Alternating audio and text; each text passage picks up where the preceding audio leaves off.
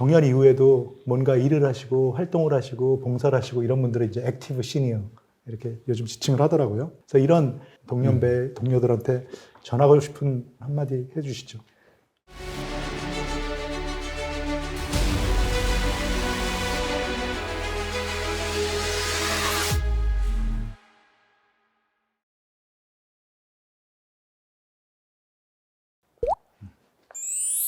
그래서 이제 저는 가끔 저희 병원의 환자분들한테 그런 얘기를 합니다. 어떻게든지 사람이 목표를 가지면은 당신도 그 목표를 이룰 수가 있으니까 목표를 세워라. 그냥 오늘 하루 항암 치료하고 또 다음 주에 항암 치료하고 또 그 다음 주 이런 식으로 살면은 의미가 없다. 목표가 없는 생활은 절대 발전이 없다. 그러니까 꼭 목표를 세워가지고 갑시다. 그러면 제가 무슨 목표를 세워야 될까요? 아니, 자식이 있으면은 내가 다음 주에는 그 자식을 보러 가야 된다. 또 내가 3개월 후에, 1년 후에 우리 아버지, 어머니 무슨 날이다. 그러면 또 가서 내가 뭔가 해드려야 된다. 이런 생각을, 그런 목표를 가지면은 당신은 충분히 일어날 수 있다. 이런 이야기들을 자주 해주죠. 그래서 외람된 얘기지만 선생님이 저희 의사 선생님보다 더 나은 것 같아요. 이런 이야기를, 이런 농담을 가끔 해요. 아, 그럴 때마다 굉장히 보람 느끼시겠어요. 예. 그럴 때 이제 제일 기분이 좋죠. 환자 중에서 이 완치돼서 나가시는 분도 계실 것 같은데 그럼요. 그럴 때도 기쁘시겠어요. 그럼요. 근데 이제 작년에 두 분이 나가셨는데 성악을 배우고 단전호흡을 하는 것 때문에 나가야 됨에도 불구하고 근처에서 방을 얻어가지고 좀 다니면 안 되겠습니까? 하는 계속 머물겠다. 예, 머물겠다 하는 분들도 계셨어요. 이제 그런 분들이 있을 때 사실 제가 힘을 얻는 거죠. 6시간씩 걸리는 공평으로 왔다 왔다 갔다 갔다 하는 하시면서도. 보람이 예. 따님이 두 분 계시네요. 예. 예. 두 분 다 결혼을 하셨다고 제가 들었습니다. 예, 결혼했습니다. 결혼 때, 따님 결혼하실 때 축가를 직접 불러주셨다. 예, 그런 얘기를 제가 들었는데 어떤 노래를 부르셨는지요? 그때는 이제 결혼 축가로 많이 불렸던 게 10월 어느 멋진 날에 예. 이 노래가 있었는데 그 노래를 제가 꼭 우리 딸들한테 들려주고 싶더라고요. 그래서 그 노래를 불러줬어요. 어떤 기분이 드셨어요? 따님 시집 보내면서 직접 노래를 그렇게 해서 연주하실 때. 저희는 특별히 주례도 없이 첫 딸은 이제 큰 딸은 주례가 있었지만 둘째 딸은 주례 없이 결혼식을 했어요. 그러면서 주례 대신 제가 노래를 불러드리겠습니다 하고 노래를 불렀죠. 아, 너무 부럽습니다. 저는 노래 못해서 불러주고 싶어도 못 부르는데 보통 결혼할 때 딸들 보고 특히 아버지는 떠나보낸다는 이런 의식이 강하잖아요. 그래서 예. 좀 슬픔증 지으시고 우시기도 하고 그러는데 노래를 부르셨으니까 참 멋지기도 하고 참 부럽기도 합니다. 근데 이제 저는 어떻게 보면은 결혼시키니까 기분 좋던데요. 아, 그러셨어요? 기쁘던데요. 다른 분들은 특히 여성분들이 많이 이제 우는 경우가 있는데 저희는 굉장히 즐겁게 보냈습니다. 예. 우리나라 사람들이 평생 굉장히 열심히 일하는 사람들이잖아요. 예. 그런데 노후 데이터를 보면요. 다른 나라, 우리나라랑 비슷하게 사는 나라에 비해서도 노후가 조금 불안정한 경우가 많거든요. 예. 그 이유로 자녀한테 너무 많은 걸 쏟기 때문에 그런다. 뭐 이런 얘기가 있거든요. 근데 선생님께서 지금 뭐 자녀 흔쾌히 기쁘게 떠나보내셨다고 이렇게 말씀하셨는데 사실 키울 때 또는 시집 장가 보낼 때 돈 많이 드는 게 사실이잖아요. 예. 그래서 제가 그냥 편하게 한 말씀 여쭙는다고 하면은 자녀를 키우고 시집 보내고 하면서 드는 돈 때문에 예. 노후를 뺏기는 거, 요거에 대한 감상이랄까요? 의견을 좀 말씀해 주시면 감사하겠습니다. 사실 아까 잠깐 얘기를 드렸지만 동생들을 가르치다 보니까 자식들한테 해준 게 좀 적었어요. 그게 항상 마음에 이제 걸렸죠. 심지어는 어린애들 보면 메이커 제품 갖기 굉장히 좋아하잖아요. 뭐 무슨 신발, 뭐 무슨 옷 이런데 제 애들은 전혀 그런데 욕심을 부리지도 않았고 엄마가 사주는 게 시장표 운동화가 자기들한테는 가장 좋았던 거예요. 근데 저는 또 한편으로는 그게 좀 마음에 걸렸죠. 그리고 먹는 것도 어디 뭐 큰 레스토랑에 가서 먹고 뭐 이런 것보다도 그냥 간단하게 식당에 가서 먹는 것 이런 것들에 충분히 만족을 하면서 애들이 살았어요. 근데 이제 왜 그렇게 살았을까 저는 이제 생각을 해보면은 하고 싶은 대로 하라고 내버려 뒀어요. 뭐가 하고 싶니? 그랬더니 그림이 좋다는 거예요, 큰애가. 그래서 그래 그러면 그림을 해봐야지. 어떻게 도와줄까? 그랬더니 이제 이렇게 해서 학원을 가야 되겠다고. 그럼 그래라. 그게 고등학교 2학년 때예요. 고등학교 2학년 때 사실 중학교 때부터 예능은 발전을 시켜야 된다 그랬는데 고등학교 2학년 때 시작을 해갖고 되겠어요. 그런데도 우리는 이제 걔를 믿었죠. 왜냐하면 초등학교 때도 그림을 그려놓은 거 보면은 선생들이 깜짝 놀라요. 뭔 이런 발상을 할 수가 있나 하고. 그래서 얘는 괜찮겠다 하고 시켰어요. 그랬는데 뭐 한 2년 공부하더니 졸업해가지고 졸업하면서 바로 소위 어렵다는 홍대 미대를 가더라고요. 그래서 누구나 다 그렇게 쉽게 가는 줄 알았어요. 그랬더니 저희 직원이 이제 농담 삼아서 아유, 제 동생은요 3년째 떨어져가지고 포기했습니다 그러더라고요. 그러다 보니까 이제 또 작은 딸도 언니가 미술 쪽을 하다 보니까 자기도 미술 공부를 하고 싶은데 언니만큼 실력이 안 된다는 걸 스스로 인정을 해요. 그래서 자기는 한국화를 해야 되겠다.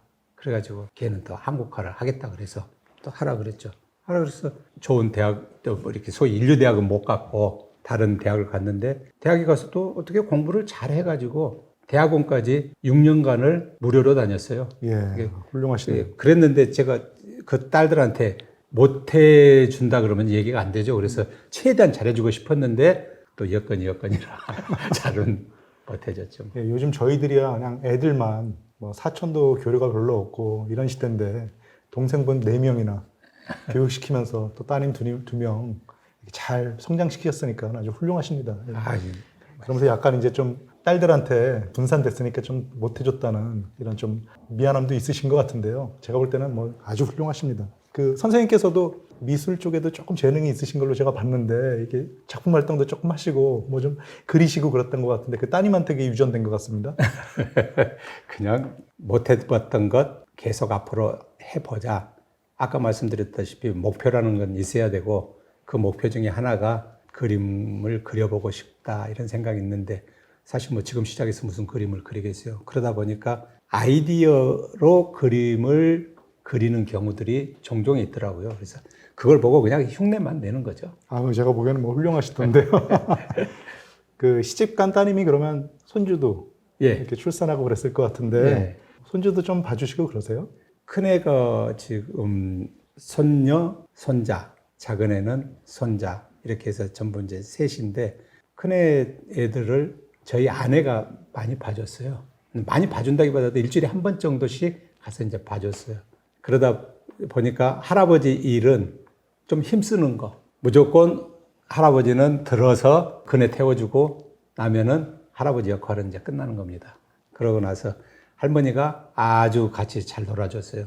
그러다 보니까 이제 저는 옆에서 따라서 그냥 이렇게 부르면 그냥 얼른 쫓아가는 가서 도와주는 그런 역할들을 많이 했죠. 근데 지금은 이제 더군다나 많이 커가지고 이제 큰 손녀가 초등학교 5학년이다 보니까 요즘에는 이제는 무거워서 못 들겠다 그랬더니 요즘에는 이제 또 다른 놀이를 하자고.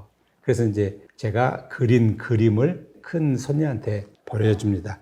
그래서 제 아내하고 저하고 그다음에 큰 손녀, 손자 이렇게 넷이 단톡방이 있어요. 거기에다가 이제 그림을 제가 스톤 아트라 그래가지고 돌에다가 그린 그림들이 있어요. 이걸 올리면서 또 캘리그라피를 좀 배우면서 캘리를 이렇게 글자로 만들어서. 이렇게 쓰는 예술가 그걸 올려서 물어보죠. 네 느낌에는 이게 어때? 그러니까 무조건 할아버지 아주 최고예요. 그러니까 할아버지는 최고라는 소리를 듣는 것보다는 네 의견을 듣고 싶으니까 그걸 이야기해봐. 그러니까 그런데요, 여기다가 그러면은 이것 조금만 더 이것을 제거를 해주면은 더 살아나겠어요. 그 소리를 듣고 얘도 엄마의 눈이 있구나 그런 게 보여서 같이 넷이 그냥 카톡하면서 즐겁게 지내고 있습니다. 그러니까 선생님께서는 노래, 그다음에 음악 감상, 뭐 수지침, 단전호흡, 미술까지 굉장히 그 예능적인 재능이 다양하시네요. 그리고 특기를 잘 키우셔서 지금 이제 일에도 사용하시고 활용하시고 다시 현역으로 돌아갈 수 있다. 뭐 이게 사실 허무한 얘기잖아요. 다시 예. 젊어질 수 있다면 뭐 이런 얘기를 많이 하는데 그때가 된다고 하면은 지금하고 조금 다른 점이 있을까요? 뭘 더 하고 싶으신가요? 뭐 이런 제가 질문을 드려보고 싶습니다. 글쎄요. 조금 돈을 더 잘 모았어야 되지 않을까 싶은 생각이 들어요. 제가 다닐 때는 사실 이런 트러스트 운영회사 이런 회사들이 거의 없었거든요. 없었고, 사실 제가 부동산 투자 쪽은 굉장히 경외시했어요. 이건 아니다. 그런 생각을 많이 가졌었는데, 그래도 노후를 좀 더 잘 보내고, 또 부동산 투자해서 잘 지내는 사람들 보면은 그것도 좀 나쁘진 않겠구나. 그런 생각을 가끔 해요. 내가 다시 현역으로 돌아간다면은 이렇게 모아서 알뜰하게 이렇게 해서 가지고 써야 되겠지. 그런 생각을 갖죠. 그러나 이제 지금도 보면은 지금 있는 돈만으로도 풍족하게는 쓰지 못할 망정 즐겁게는 쓸 수 있기 때문에 괜찮다고 생각을 해요. 다른 사람들, 친구들 만나면은 내가 살게. 그 정도는 되잖아요. 지금 이제 일을 하다 보니까 또 돈이 좀 들어와서 내가 살게 하는 거하고 그냥 이렇게 얻어먹는 것하고는 다르더라고요. 그래서 내가 살게의 기회가 좀 더 많아졌으면 좋겠다. 이런 생각은 이제 해보죠. 예. 돈이 중요하긴 하지만 또 한편으로는 저는 선생님께서 그런 다양한 재능을 가지고 계신 게 너무나 부럽습니다.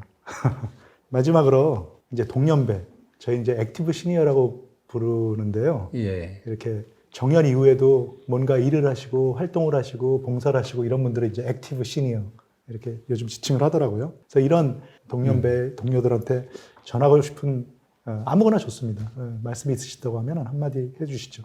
저는 이제 기본적으로 가장 중요한 것은 첫째는 자기가 살아가는 그 삶의 목표가 있어야 된다. 꼭 그 점을 명시해 두고요. 그 다음에는 남을 배려할 수 있는 그런 마음가짐을 만드는 것이 가장 중요하다고 생각을 해요.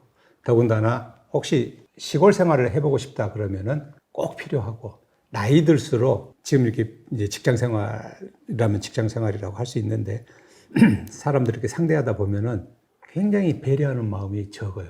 그리고 우선 몸이 아프다 보니까 나부터 생각을 하게 돼요. 몸 아픈 사람이 저 사람이 더 아프다고 어떻게 그 사람을 생각을 하게 돼요. 우선 내가 죽겠는데. 그러다 보니까 신경이 이렇게 날카로워진 경우들이 있어요. 그래서 저는 그걸 보고 저렇게 하면 안 되겠구나. 그런 걸 이제 또 배우는 거죠. 그러면서 항상 상대방 입장에서 배려를 하자. 저는 여러 의견을 많이 듣는 편이지만 그 중에서도 그 법륜 스님이 하시는 얘기를 저는 잘 듣습니다. 저 사람이 틀린 게 아니라 저 사람하고 나하고는 다른 거다. 예를 들어서 제가 이렇게 썼으면은 이게 뭘로 보입니까? 이게 무슨 숫자로 보입니까? 이게? 육자같이 보입니다. 제가 볼 땐 구자로 보입니다. 그렇죠. 네. 그래서 상대방은 9자라고 9라고 이 얘기를 하죠. 저는 6이라고 얘기를 하게 됩니다. 누가 맞습니까? 방향에 누가 따라 틀립니까? 다른 거죠. 예. 이것은 맞고 틀리고가 아니라 다를 뿐이다. 그 점을 우리가 갖고 살아야 스트레스도 덜 받고 남한테 봉사하는 마음을 갖게 되는 거고, 봉사를 하면은 내가 왜 저 사람한테 봉사를 해야 돼? 이렇게 생각을 하면은 절대 봉사가 안 됩니다. 그건 노동이지. 그런데 내가 저 사람을 위해서 정말 이것 정도는 해줘야 되겠구나. 그래서 그분이 감사합니다 이런 얘기를 들었을 때 그분은 감사한 마음으로 말을 전했지만 그 말을 듣는 저는 기분이 2배, 3배가 더 좋아져요. 그러면은 따지고 보면은 내가 더 득을 보는 거라고 생각을 해요. 저 사람이 이만큼 내가 득을 줬지만 사실은 나는 그 못지않은 또 득을 얻는 거예요. 저는 그렇게 생각을 하고 살아가면 좋겠다. 그래서 봉사를 하려면은 그냥 어떤 봉사든지 좋지만 가능하면 하나의 재능을 조금 깊게, 아주 그냥 이렇게 얕은 재능 말고 조금만 더 깊게 한 가지라도 재능을 갖고 생활을 하면은 그건 어디에서나 누구에게나 도움이 될 수 있다. 저는 그렇게 생각을 합니다. 시골에 가보면은 지금 이제 저는 시골 생활을 하다 보니까 전구를 못 갈아 끼워서 자식들 올 때까지 며칠을 기다려야 하는 노인분들이 계세요. 그런데 제가 그걸 보고 가서 전구를 갈아주면은 그분도 행복하지만 제가 그분한테 감사하다는 얘기를 들으니까 얼마나 또 기분이 좋겠어요. 저는 그렇게 생각을 합니다. 전구 하나 갈아 끼울 수 있는 재주를 가져도 되는 겁니다. 그런데 내가 무슨 재능, 나는 봉사할 게 없어. 이렇게 생각을 하는 분들이 많은데 어떤 재능이든 어디서든 펼칠 수 있는 곳은 많습니다. 그래서 꼭 그런 재능 한두 가지는 갖고 여생을 지내시기를 바라는 거죠. 예, 오늘 인터뷰하면서 저도 많은 걸 느꼈는데요. 먼저 목표를 가지고 살아라. 어떤 목표를 가지고 살아라. 아버님 얘기 아까 하시면서 이제 약간 이제 눈물도 비치시고 그랬는데, 그 다음에 남을 배려하라. 남을 배려하고 거기서도 얻는 기쁨을 느껴라. 뭐 이런 얘기가 굉장히 인상 깊었고요. 그 다음에 오늘 제가 생각했던 것보다 조금 인터뷰가 길어졌는데, 뭐 제가 듣느라고 시간 가는 줄 몰랐습니다. 그래서 오늘 이렇게 멀리서 와주셔가지고 이렇게 좋은 말씀 해주신 고광덕 선생님께 다시 한번 제가 감사드리겠습니다. 고맙습니다. 네, 감사합니다.